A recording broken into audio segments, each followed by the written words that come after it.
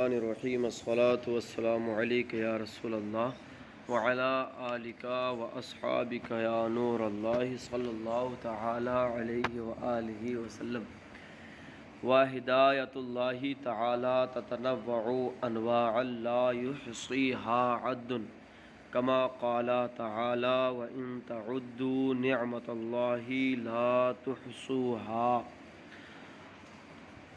اہدنا الصراط المستقیم پر بات چل رہی ہے ماسبق میں۔ اس کے تحت ہدایت کا معنی بتایا گیا اور اس کا مشتق منہ کیا ہے، کس سے یہ ماخوذ ہے، اس کا بیان ہوا۔ آج کے سبق میں پہلے ایک سوال مقدر کا جواب بتایا جائے گا۔ وہ سوال مقدر یہ ہے کہ جب بندہ یہ کہے گا کہ الحمدللہ رب العالمین الرحمن الرحیم مالک یوم الدین ایاک نعبد و ایاک نستعین، جب وہ اللہ تبارک و تعالیٰ کے لیے ساری چیزوں کو مانتا ہے، سارے محمد اللہ کے لیے ثابت مانتا ہے، روز جزا کا مالک مانتا ہے، اسی کے لیے عبادت کرتا ہے، اسی سے مدد چاہتا ہے، تو ظاہر سی بات ہے وہ ہدایت پر ہے۔ تو پھر اہدنا الصراط المستقیم میں جو ہدایت کو طلب کر رہا ہے، اس کا کیا مطلب ہے؟ ٹھیک ہے، جب وہ پہلے ہی سے ہدایت پر ہے تو پھر جب ہدایت طلب کر رہا ہے اہدنا الصراط المستقیم پر، تو گویا کہ تحصیل حاصل ہو رہا ہے۔ تو اس کا جواب دیا کہ اس میں تحصیل حاصل نہیں ہے، کیونکہ اللہ تبارک و تعالیٰ کی جو ہدایت ہے، اللہ تبارک و تعالیٰ کی جو ہدایت ہے یہ بے شمار ہے، غیر منحصر ہے، غیر منحصر ہے۔ اس کی اقسام جو ہے نا، ہدایت اللہ کی اقسام، اللہ پاک جو ہدایت فرماتا ہے بندوں کو، تو اللہ کی ہدایت کی بہت ساری قسمیں ہیں، ایسی قسمیں ہیں کہ جس کا شمار نہیں کیا جا سکتا۔ حال بات اس کو 4 مرتب اجناس میں بیان کیا جا سکتا ہے، 4 مرتب اجناس میں اس کو جمع کیا جا سکتا ہے۔ اس کے اقسام انواع تو کثیر ہے، بے شمار ہے، لیکن کیا 4 اجناس میں ان کو جمع کیا جا سکتا ہے ترتیب وار۔ ٹھیک ہے، تو اسی کو آج بیان کریں گے کہ 4 اس کے جو نا وہ انواع ہے، 4 اجناس ہے۔ تو یعنی مطلب یہ ہوگا کہ پہلی قسم جو ان میں سے ہے وہ یہ ہے کہ قوا کا فیضان، جس کے ذریعے سے انسان اپنی مصلحتوں کو سمجھ سکے، جیسے قوت عقلیہ ہے، حواس باطنہ اور مشاعر ظاہرہ ہیں۔ دوسری قسم ہے دلائل کے ذریعے سے ہدایت حاصل ہونا، دلائل کے ذریعے سے، یعنی انفس و آفاق میں دلائل موجود ہیں۔ کیا ہے؟ دلائل موجود ہے ہدایت کے، یعنی خود انسان کی ذات میں کہا نا کہ وفی انفسکم افلا تتفکرون، اور تو اس طرح جو ہے نا، اور خود تمہاری ذات میں یعنی خود انسان کی ذات میں جو ہے نا وہ دلائل موجود ہیں، آفاق میں، دنیا کے اطراف و اکناف میں، ٹھیک ہے، اس میں کیا دلائل موجود ہیں جس کے ذریعے سے انسان رہنمائی اور ہدایت حاصل کر سکتا ہے۔ تو دوسری دلیل ہدایت کی دوسری قسم جو ہے کیا ہے؟ یہ دلائل قائم کرنا انفس و آفاق سے، ٹھیک ہے۔ اور تیسری قسم ہے کہ ہدایت بارسال الرسل، یعنی رسولوں کو بھیج کر ہدایت دینا۔ چوتھی قسم یہ ہے کہ دلوں پر کیا ہو جائے؟ اسرار و رموز کا انکشاف، کہ اب یہ وحی کے ذریعے سے ہو، ٹھیک ہے، وحی کے ذریعے سے ہو یا الہام اور منامات صادقہ کے ذریعے سے ہو، سچے خوابوں کے ذریعے، وحی کے ذریعے سے رسولان کرام کو ہوتا ہے، انبیاء کرام کو ہوتا ہے اور ہدایت ہوتی ہے، اور الہام کے ذریعے سے جو ہے وہ اللہ کے بندوں کو، اولیاء وغیرہ کو۔ تو اس طرح جو ہے نا یہ کل 4 اجناس ہے اس کی. تو اب یہ ہے کہ ہدایت اہدنا الصراط المستقیم، اہدنا الصراط المستقیم کا مطلب یہ ہوا کہ جو شخص ہدایت پر ہے تو ہدایت کے جس مرتبے پر ہے اس مرتبے کی انتہا تک پہنچنے کی دعا کرنا، ہدایت طلب کرنا. جیسے ہدایت کا پہلے مرتبے میں تو ہر مرتبے کی ابتدا اور انتہا ہے، ابتدا اور انتہا ہے. ٹھیک ہے، ہر مرتبے کی کیا ہے؟ ابتدا اور انتہا ہے. تو وہ جس بھی مرتبے میں ہے اس کی ابتدا میں ہے تو انتہا کے بارے میں سوال کر رہا ہے، دعا کر رہا ہے کہ اہدنا الصراط المستقیم، مجھے اس درجے کے انتہا تک پہنچا دے. ٹھیک ہے. اور اگر انتہا تک پہنچنے والا شخص دعا کر رہا ہے اس کا مطلب ہوگا کہ یا اللہ اس پر ثابت قدم رکھ. اور اگر ثابت قدم بھی ہو چکا ہے اور وہ شخص دعا کر رہا ہے تو اس کا مطلب یہ ہوگا کہ یا اللہ اس پر جو اہدنا الصراط المستقیم کا مطلب یہ ہوگا کہ یا اللہ اس پر جو مرتب دوسری ہدایت کی قسم ہے وہاں تک پہنچا دے. بس میں حتیٰ کہ تو اس طرح مطلب یہ ہوگا کہ اہدنا الصراط المستقیم تحصیل حاصل نہیں ہے، بلکہ ہدایت کے بہت سارے درجے ہیں، بے شمار درجے ہیں. حتیٰ کہ واصل اللہ جو ہے، جو واصل کا مقام مرتبہ ہوتا ہے تو وہ بھی اگر دعا کرتا ہے، بلکہ کہتا ہی ہے اہدنا الصراط المستقیم، تو اس کے حق میں بھی تحصیل حاصل نہیں ہے. ٹھیک ہے، جو اللہ تک پہنچ چکا ہے اس کا بھی معنی کیا ہوگا؟ مرتبہ یہ ہوگا کہ یا اللہ مجھے اس میں راسخ کر دے یا اس پر مرتب دوسرے مرتبے تک پہنچا دے. ٹھیک ہے، اس پر ثابت قدم رکھ. تو یہ تحصیل حاصل نہیں ہے. دیکھیں اس پر وَهِدَایَةُ اللَّهِ تَعَالَى تَتَنَوَّعُ أَنْوَاعًا لَا يُحْصِيهَا عَدٌّ. اور اللہ تبارک و تعالیٰ کی ہدایت بہت ساری قسمیں رکھتی ہیں. اللہ پاک کی ہدایت بہت ساری قسمیں رکھتی ہے. لا يحصیها عد، کوئی عدد اس کو شمار نہیں کر سکتا، کما قال تعالی، جیسا کہ اللہ پاک نے ارشاد فرمایا وَإِن تَعُدُّوا نِعْمَةَ اللَّهِ لَا تُحْصُوهَا، اگر تم اللہ کی نعمتوں کو شمار کرنا چاہو تو شمار نہیں کر سکتے. ٹھیک ہے، تو ہدایت بھی جو ہے اللہ پاک کی نعمت ہے، اس کو بھی اگر آپ شمار کرنا چاہو گے تو شمار نہیں کر سکتے. اس کے بہت سارے مراتب ہیں. وَلَكِنَّهَا تَنْحَصِرُ فِي أَجْنَاسٍ مُتَرَتَّبَةٍ. ٹھیک ہے، تو لیکن یہ منحصر ہے فی اجناس مترتبۃ، چند ترتیب وار اجناس میں، میں نے اس کے اقسام اور ہر ان 4 اجناس کے تحت جو ہے بہت ساری قسمیں ہیں جو بے شمار ہیں، جو کیا ہے؟ بے شمار ہے. الاول افاضۃ القوى التي بها يتمكن المرء من الاهتداء الى مصالحه كالقوة العقلیہ.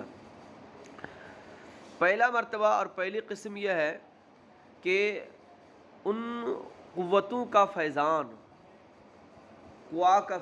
ان قوتوں کا فیضان جن کے ذریعے سے انسان قادر ہوتا ہے اپنی مصلحتوں کی طرف راہ پانے پر. ٹھیک ہے، من الاہتداء الی مصالحہ، اپنے مسلوں کی طرف ہدایت پانے پر، راہ پانے پر کیا ہوتا ہے؟ قادر ہوتا ہے، یتمکنو، قادر ہوتا ہے. بات میں آ رہی مولانا صاحب جی؟ کل قوت العقلیہ والحواس الباطنہ والمشاعر الظاہرہ، جیسا کہ قوت عقلیہ. ٹھیک ہے، اچھا، قوت عقلیہ وہ قوت ہوتی ہے جس کے ذریعے سے انسان جو ہے نا امور کلیہ کا ادراک کرتا ہے. کیا کرتا ہے؟ امور کلیہ کا ادراک کرتا ہے، اور اسی کے ذریعے سے انسان سارے حیوانات سے کیا ہوتا ہے؟ ممتاز ہوتا ہے. سارے حیوانات سے ممتاز ہوتا ہے کہ قوت عقلیہ کے ذریعے سے وہ سمجھتا ہے کہ حق کیا ہے، باطل کیا ہے. ٹھیک ہے، اس کے ذریعے سے سمجھتا ہے کہ حق کیا ہے، باطل کیا ہے، حق و باطل کے درمیان وہ فرق کرتا ہے. ٹھیک ہے، اچھا. والحواس الباطنہ، اور حواس باطنہ، حواس باطنہ آپ نے پڑھا ہوگا منطق و فلسفے میں کہ حواس کی دو قسمیں ہوتی ہیں، حواس خمسہ ظاہرہ ہے اور حواس خمسہ باطنہ ہے، ٹھیک ہے۔ جیسے بھوک کا احساس ہونا، انسان کہتا ہے کہ مجھے بھوک لگی ہے، تو بھوک کا احساس کس سے ہوتا ہے؟ حواس باطنہ کے ذریعے سے ہوتی ہے، بات میں آ رہی؟ اچھا، والمشاعر ظاہرہ، اور مشاعر ظاہرہ، مشاعر کا مطلب بھی وہی حواس ہی ہے، یہ تفنن ہے، تفنن جو ہے نا دو طرح کے الفاظ بیان کیے ہیں، والمشاعر ظاہرہ اور مشاعر ظاہرہ یعنی حواس ظاہرہ، تو ان کے ذریعے سے قوت عقلیہ کے ذریعے سے ادراک کرتا ہے انسان اس بات کا، ان قوتوں کے ذریعے سے اس بات کا ادراک کرتا ہے کہ ہمیں عقیدے کے اعتبار سے کیا عقیدہ رکھنا چاہیے، اللہ پاک کے بارے میں کیا عقیدہ رکھنا چاہیے، کس دنیا کا خالق و مالک کتنا ہونا چاہیے، ایک ہو یا چند ہو، ٹھیک ہے۔ ظاہر سی بات ہے کہ عقل کا تقاضا ہے، عقل یہی چاہتی ہے کہ کیا ہوگا، ایک ہی ہوگا، اور اس پر عقلی دلائل بھی پیش کرتی ہے، ٹھیک ہے۔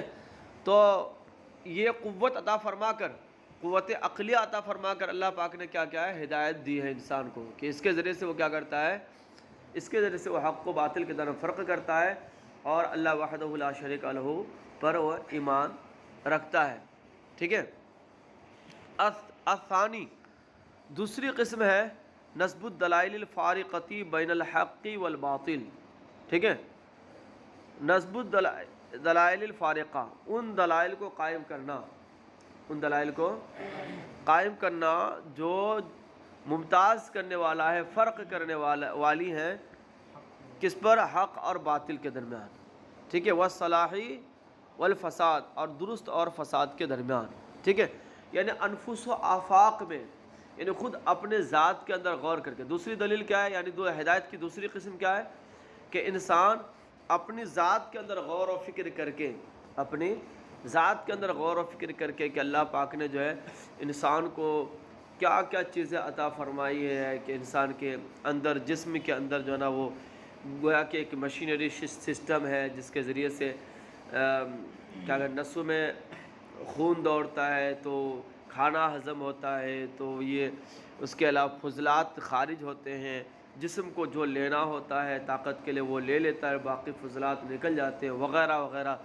پھر یہ ہماری آنکھوں کو دیکھیں تو آنکھوں کے اوپر بھوں کو دیکھیں، تو اس طرح ناک دیکھیں تو کان دیکھیں، تو پھر یہ کہ ساری چیزیں، یہ جتنی بھی چیزیں ہیں، ان سب پر انسان غور و فکر کرے، تو غور و فکر کر کے انہیں کیا ہوگا، ہدایت نصیب ہوگی اس بات کی کہ بھئی اس کا ظاہر سی بات ہے کہ ان سب کا بنانے والا کوئی ایسا ہے جو اس کا کوئی شریک نہیں ہے، ایک ہی ہے، تنہا ہے، ٹھیک ہے۔ ان ساری چیزوں پر کیا کرتا ہے وہ دلیل استدلال کرتا ہے، دلیل پیش کرتا ہے اور ہدایت حاصل کرتا ہے۔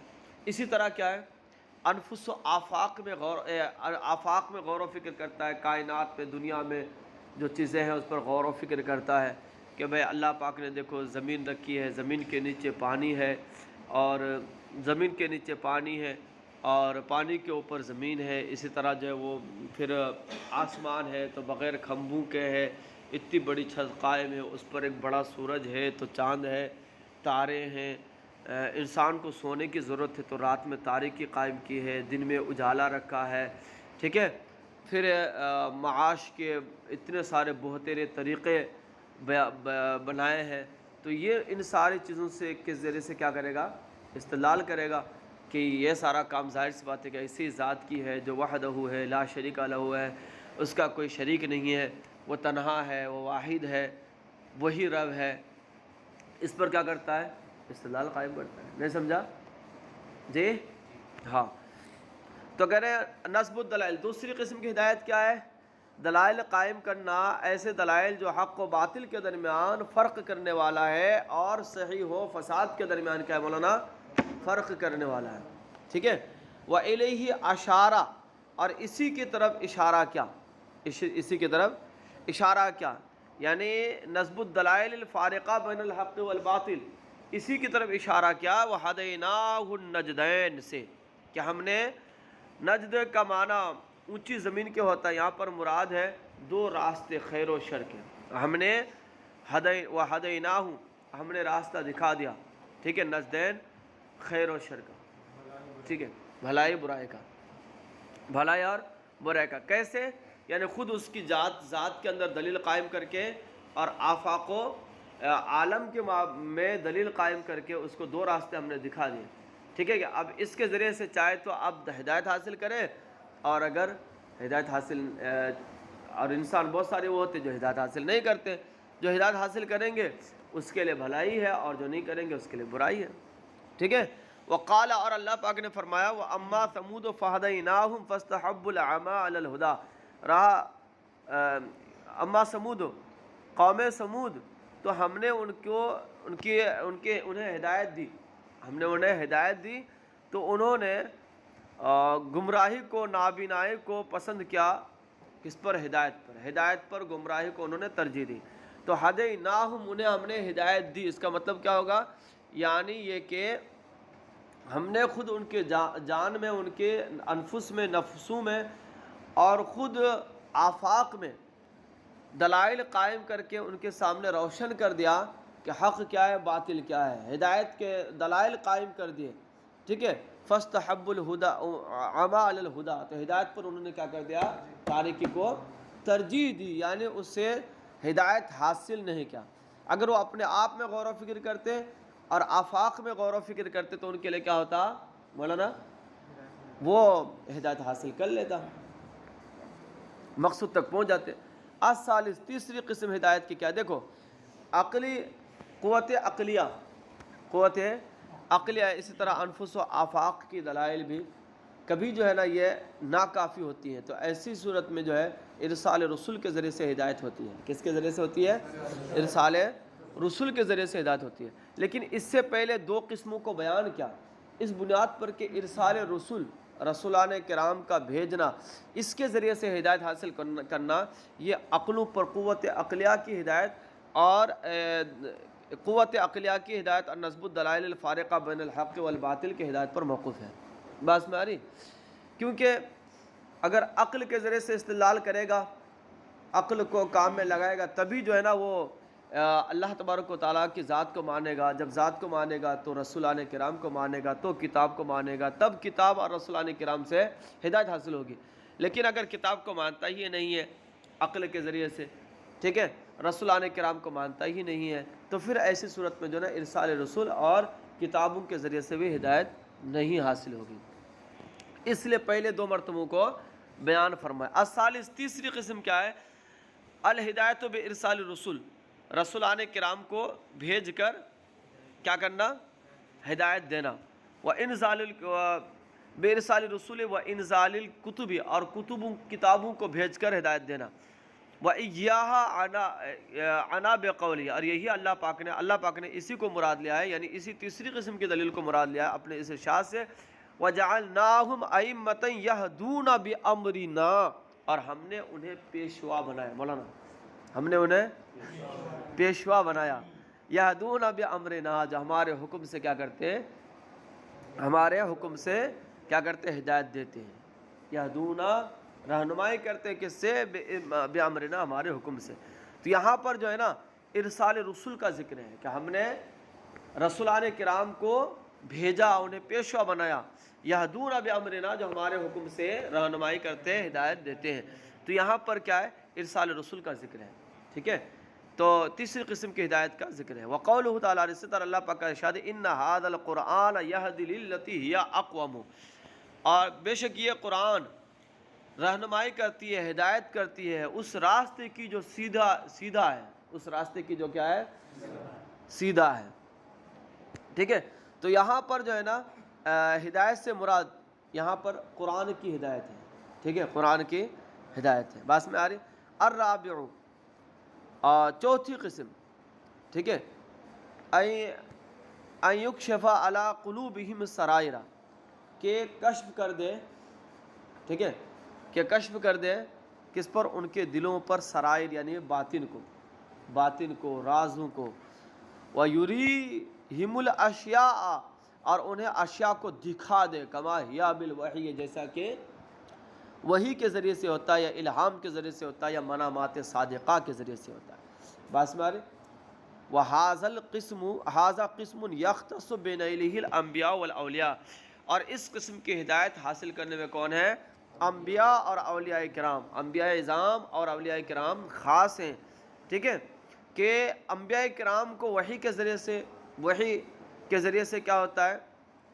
ہدایت حاصل ہوتی ہے، ٹھیک ہے، کہ اللہ پاک اس کی انبیاء کرام کو کی ہدایت کس کے ذریعے سے؟ وحی بھیج کے کرتا ہے، ٹھیک ہے، اور پھر وہ وحی جو ہے تبلیغ احکام ہوتے ہیں، تو پھر وہ اللہ کے رسول صلی اللہ علیہ وسلم لوگوں تک پہنچاتے ہیں۔ اچھا، اور الہام اور منامات صادقہ اس کے ذریعے سے ہدایت ہوتی ہے کس کو؟ اولیاء کرام کو۔ وَإِيَّاهُ عَنَا بِقَوْلِهِ، یہی مراد لیا اللہ پاک نے اپنے اس ارشاد سے، أُولَٰئِكَ الَّذِينَ هَدَى اللَّهُ فَبِهُدَاهُ مُقْتَدِي، وہی لوگ ہیں جن کی اللہ پاک نے ہدایت کی ہے، جنہیں اللہ پاک نے ہدایت دی ہیں، یعنی انبیاء کرام ہیں، فَبِهُدَاهُ مُقْتَدِي، تو ان کی ہدایت کی کیا کریں؟ اقتدا کریں، ان کی ہدایت پر چلیں، وہ جو بتائیں ان کے مطابق آپ چلیں، ٹھیک ہے۔ تو اس سے مراد کیا ہے؟ وحی کے ذریعے سے انبیاء کرام کی رہنمائی کرنا ہے۔ وَقَوْلُهُ تعالیٰ، اور اسی طرح وَقَوْلِهِ، اور اپنے اس قول سے بھی اللہ پاک کی مراد یہی پہلی قسم ہے، کہ چوتھی قسم ہے کہ وَالَّذِينَ جَاهَدُوا فِينَا لَنَهْدِيَنَّهُمْ سُبُلَنَا، اور وہ لوگ جنہوں نے جہاد کیا، مجاہدہ کیا فینا، ہماری راہ میں، لَنَهْدِيَنَّهُمْ سُبُلَنَا، ہم ان کی ضرور ہدایت کرتے ہیں کس کی طرف؟ اپنے راہ کی طرف۔ تو جو مجاہدہ کرتے ہیں بندے، یہ اس سے مراد جو نا اولیاء کرام ہے، کہ یہ مجاہدہ کرتے ہیں تو اللہ پاک انہیں الہام نازل فرماتا ہے، منامات صادقہ کے ذریعے سے، سچے خوابوں کے ذریعے سے ان کی ہدایت فرماتا ہے۔ بات میں آ رہی؟ دیکھیں، تو یہ چار قسم کی، یہ چار اجناس ہیں ہدایت کی۔ تو ہدایت کی یوں تو قسمیں بے شمار ہیں، لیکن وہ سارے انواع جو ہے یہ چار اجناس میں ترتیب وار جمع ہیں، ٹھیک ہے۔ اب یہاں پر یہ ہے کہ اہدنا الصراط المستقیم سے مراد کیا ہے؟ تو بتایا وہی کہ فالمطلوب اما زیادۃ ما منحوہ من الہدیٰ، ٹھیک ہے۔ تو مطلوب، چونکہ جب بندہ اہدنا الصراط المستقیم سے پہلے پڑھ لے گا اور پڑھنے والا، کہنے والا، ماننے والا ہوگا تو ہدایت پر ہی ہوگا، تو اب پھر اہدنا الصراط المستقیم کا کیا مطلب ہے؟ تو جواب یہاں سے شروع ہو رہا ہے، فالمطلوب اما زیادۃ ما منحوہ من الہدیٰ، تو منحوہ یعنی اعطوہ، ٹھیک ہے، عطا جو کیا گیا ہے۔ تو مطلوب اہدنا الصراط المستقیم سے یا تو اس کی زیادتی ہے جو انہیں عطا کیا گیا ہے، یعنی ہدایت، یعنی جو ہدایت انہیں پہلے سے عطا کی گئی ہے اس میں اضافہ کرنا، ٹھیک ہے، اس میں کیا کرنا؟ اضافہ کرنا، کیونکہ ہدایت کا جو بھی مرتبہ ہے نا، اس مرتبے کی ابتدا ہوتی ہے اور اس کی ایک انتہا ہوتی ہے، ابتدا ہوتی ہے اور انتہا ہوتی ہے۔ تو اگر کوئی ہدایت کے کسی مرتبے پر ہے، وہ کہہ رہا ہے کہ بھئی وہ کہہ رہا ہے اہدنا الصراط المستقیم، تب اس کا مطلب کیا ہوگا کہ اضافہ اے اللہ، جس مرتبے کی ہدایت میں ہم ہیں اس کی ابتدا میں ہیں، اس کی انتہا تک تو پہنچا دے، اضافہ کر اس میں یہاں تک کہ اس کی انتہا تک پہنچا دے۔ فالمطلوب، تو مطلوب یا تو کیا ہے؟ اس کی زیادتی ہے جو ہدایت انہیں عطا کی گئی ہے، اب الثبات علیہ، یا اس پر ثابت قدمی ہے، یا اگر انتہا تک بھی پہنچ چکا ہے تو کیا ہوگا؟ اس پر ثابت قدمی عطا فرما، او حصول المراتب المرتبتی علیہ، یا اس پر مرتب مراتب کا حاصل ہونا، ٹھیک ہے۔ اگر کیا ہے وہ ایک مرتبہ کی انتہا تک پہنچ چکا ہے، ثابت قدمی بھی مل چکی ہے، تو اب سوال کرنے کا مطلب کیا ہوگا؟ دعا کرنے کا مطلب یہ ہوگا کہ یا اللہ اس پر جو مرتب مراتب، دوسرے مراتب ہیں، وہ مرتبہ ہدایت کا مجھے عطا کیا جائے۔ تو فَإِذَا قَالَهُ الْعَارِفُ بِاللَّهِ الْوَاصِلِ، تو اگر عارف باللہ میں سے جو واصل ہے نا، جو واصل ہے، جو اللہ تک پہنچ چکا ہے اور ساری چیزیں اس کے لیے غائب ہو چکی ہیں، ساری چیزیں کیا ہو چکی ہیں؟ ان کے لیے غائب ہو چکی ہے، صرف اسے اللہ ہی اللہ نظر آ رہا ہے، اور اللہ کے علاوہ ساری چیزیں، بلکہ اس کی ذات اور اس کا ذکر بھی اس کی نگاہ سے غائب ہو چکا ہے، تو وہ بھی اگر بولتا ہے اہدنا الصراط المستقیم، تو وہ بھی کیا ہے؟ تحصیل حاصل نہیں ہے۔ کہتے ہیں فَإِذَا قَالَهُ الْعَارِفُ بِاللَّهِ، تو جب یہ کہتا ہے یعنی اہدنا الصراط المستقیم، عارف باللہ واصل انا بھی تو وہ مراد لیتا ہے ارشدنا طریق السیری فی کا، کہ اللہ ہمیں ہماری رہنمائی فرما تیری ذات میں سیر کرنے کا راستہ کے راستے کی، ہماری رہنمائی فرما کس کی؟ تیری ذات میں سیر کرنے کے راستے کی۔ یعنی دیکھو ایک ہوتا ہے سیر الی اللہ، ایک ہوتا ہے سیر فی اللہ، سمجھنے کی کوشش کرنا، ٹھیک ہے؟ سیر الی اللہ یہ ہے کہ ما سوی اللہ جو چیزیں ہیں، ما سوی اللہ جو چیزیں ہیں، عالم جو ہے اس میں غور و فکر کر کے دلائل قائم کر کے کیا کرنا؟ اللہ پاک کی طرف رسایہ، اللہ پاک کی بارگاہ میں رسایہ حاصل کرنا، اللہ پاک کی معرفت حاصل کرنا، ٹھیک ہے؟ تو سیر الی اللہ میں یہ ہوتا ہے کہ وہ دنیا کی چیزوں پر استدلال کرتے کرتے، اس پر غور و فکر کرتے کرتے اللہ پاک کی طرف وہ سیر کرتا ہے، ٹھیک ہے؟ معرفت حاصل کرتا رہتا ہے یہاں تک کہ اس سے جو ہے نا ساری چیزیں غائب ہو جاتی ہیں ان کی نظروں سے، اسے صرف اللہ ہی نظر آتا ہے، ٹھیک ہے؟ بلکہ اس کا ذکر بھی اس سے غائب ہو جاتا ہے، ٹھیک ہے؟ یعنی اس کو اپنا ذکر بھی نظر نہیں آتا۔ تو اب کیا ہوتا ہے؟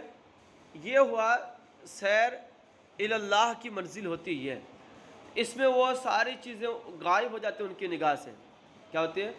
غائب ہو جاتی ہیں۔ پھر جب وہ سیر الی اللہ سے آگے اور بڑھتا ہے تو سیر فی اللہ کا راستہ شروع ہوتا ہے۔ کیا ہوتا ہے؟ سیر فی اللہ۔ سیر فی اللہ میں وہ اللہ پاک کی ذات و صفات پر غور کرتا ہے۔ کیا کرتا ہے؟ عالم پر نہیں، اللہ پاک کی ذات و صفات پر غور و فکر کرتا ہے، غور و فکر کرتے کرتے کرتے مراتب کو حاصل کرتا ہے۔ تو اس منزل میں اسے جو ہے نا دنیا کی ساری چیزیں نظر آتی ہیں۔ کیا ہوتی ہے؟ دنیا کی ساری چیزیں نظر آتی ہیں۔ یعنی پہلے مقام میں سیر اللہ میں تو یہ تھا کہ اس کو اللہ ہی نظر آتا تھا اور اس کے علاوہ ساری چیزیں لگتی تھی کہ وہ کچھ بھی نہیں ہے موجود، اور یہاں پر ترقی جب کرتا تو اس کو ساری چیزیں نظر آتی ہے، اللہ پاک کی ذات نظر آتی ہے اور اسے ساری چیزیں نظر آتی ہے، اور وہ یہ سمجھتا ہے وہ اسے، لیکن وہ اس طور پر نظر آتی ہے کہ ساری چیزیں اللہ پاک کی ذات سے منسلک ہے، یعنی ساری چیزوں کا وجود اللہ پاک کے وجود سے ہے۔ ساری چیزوں کا وجود کیا ہے؟ اللہ پاک کے وجود سے ہے، اور ساری چیزوں سے اللہ پاک کی ذات پر دلالت کرتی ہے۔ بات میں آ رہی ہے؟ تو یہ مقام جو سیر الی اللہ کا مقام ہوتا ہے اس میں جو کمی ہوتی ہے وہ کمی دور ہو جاتی ہے۔ وہ کمی کیا ہو جاتی ہے؟ ساری چیزیں سیر الی اللہ میں یہ ہوتا ہے کہ ساری چیزیں اس کی نگاہ سے غائب ہو جاتی ہیں، اسے اللہ ہی نظر آتا ہے، تو اس درجے میں کمی ہوتی ہے، ٹھیک ہے؟ کیونکہ دیگر چیزوں کا وجود ہے۔ اور جب سیر فی اللہ میں وہ چلتا ہے تو کیا ہوتا ہے؟ پھر ایسی صورت میں اسے ساری چیزیں نظر آنے لگتی ہے، اور وہ اس طرح نظر آتی ہیں کہ یہ ساری چیزیں اللہ پاک کے ذات سے ہی وابستہ ہے، یعنی ساری چیزوں کا وجود اللہ پاک کے وجود سے ہے۔ ساری چیزوں کا وجود کیا ہے؟ اللہ پاک کے وجود سے ہے۔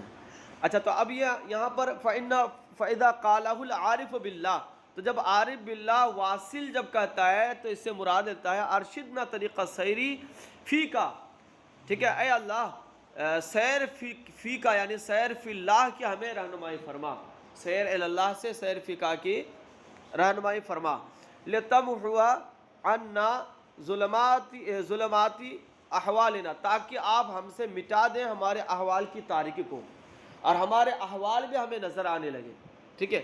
وَتُمِيتَ غَوَاشِيَ أَبْدَانِنَا، اور ہمارے بدنوں کے غواشی کو اور پردوں کو تو مٹا دے تاکہ ساری چیزیں بھی ہمیں نظر آنے لگے، لِنَسْتَنْضِيَ بِنُورِ قُدْسِكَ، تاکہ ہم تیرے نور قدس سے کیا کریں؟